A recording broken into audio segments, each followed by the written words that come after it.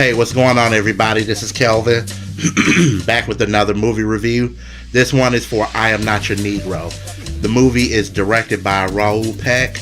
It's narrated by Samuel L. Jackson. But Samuel Jackson, it isn't like narrated as a regular narrator would narrate a film. He narrates the words of James Baldwin. This movie is written by James Baldwin, so you get James Baldwin's words and how he felt about certain situations and certain things that were going on with African Americans in that time period. The movie is basically about an unfinished book that James Baldwin was going to write. I forgot the name of the book, but the book was really about his three best friends. Or, I don't know if best friends, I would say three friends that he was very fond of and that he lost.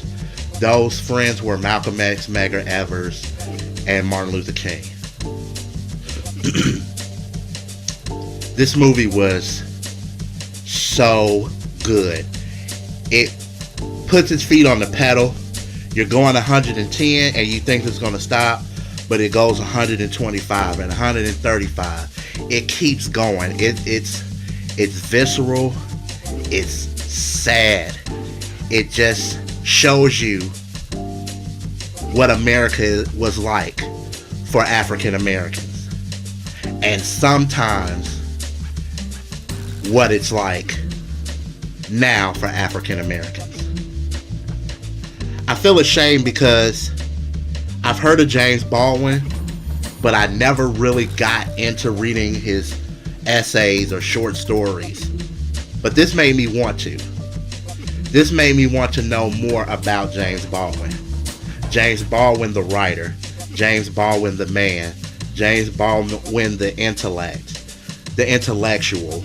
I felt this man has so much in him, so much power, so much concern about his people, and the friendships that he collected along the way with Medgar, with Malcolm, with Martin, and how those deaths affected him, and how what was going on in the world affected him as well. And I loved how the movie also went from stuff that happened back then to stuff that's going on right now, because we're still kind of living in what they went through is what we're going through. So, you know, there was a sense that his words were still needed. And I love the way it blended with Ferguson.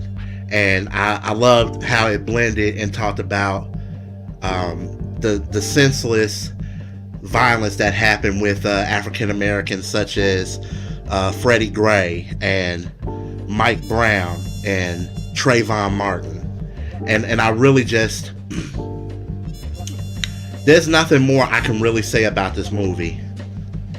Everybody knows that my favorite documentary of all time, my number one favorite documentary of all time, is Hoop Dreams. I love Hoop Dreams.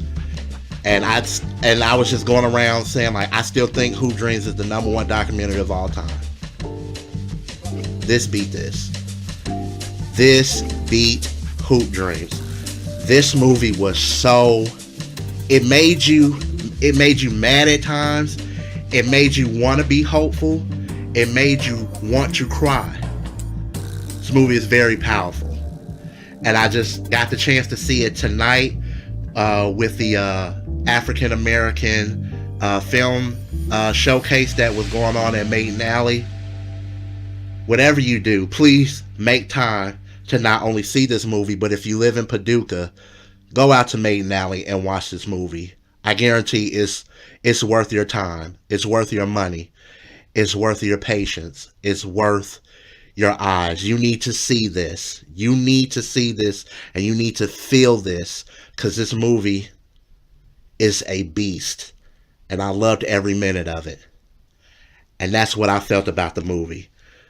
And if you guys want to comment, if you've seen the movie as well, you can hit us up on Facebook at We Do Movies.